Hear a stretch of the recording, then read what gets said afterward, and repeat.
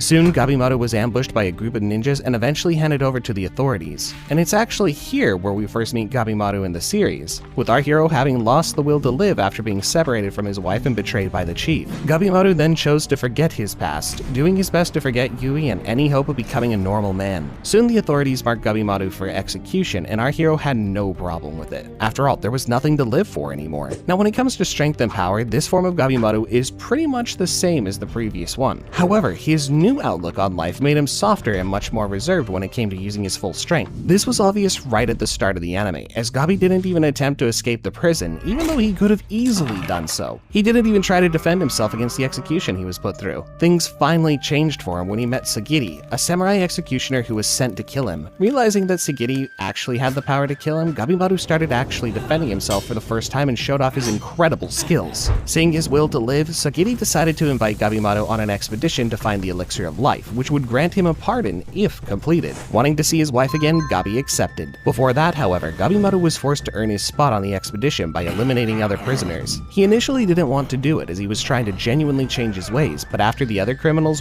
wouldn't back down, he was forced to act. This is where we saw a glimpse of Gabimaru the Hollow's unrivaled skill, as he effortlessly took out each and every one of the criminals who attacked him. And yeah, it was pretty brutal. This form of Gabimaru only takes a life when absolutely necessary. Unlike his original form, Gabimaru wasn't emotionally and mentally hollow anymore. This form also changed how Gabimaru acts on the battlefield, making him much more willing to accept help and put trust in others. This became obvious when Gabi and Sagiri eventually came across Rokuruta. This battle made Gabi realize that he couldn't handle everything alone, so he decided to work directly with Sagiri in order to bring down this poor monster. Sagiri even saved Gabimaru's life during this encounter, which is something that likely never happened to him before. And although this version of Gabimaru is arguably weaker than his original hollow form, don't worry, it won't stay that way for long.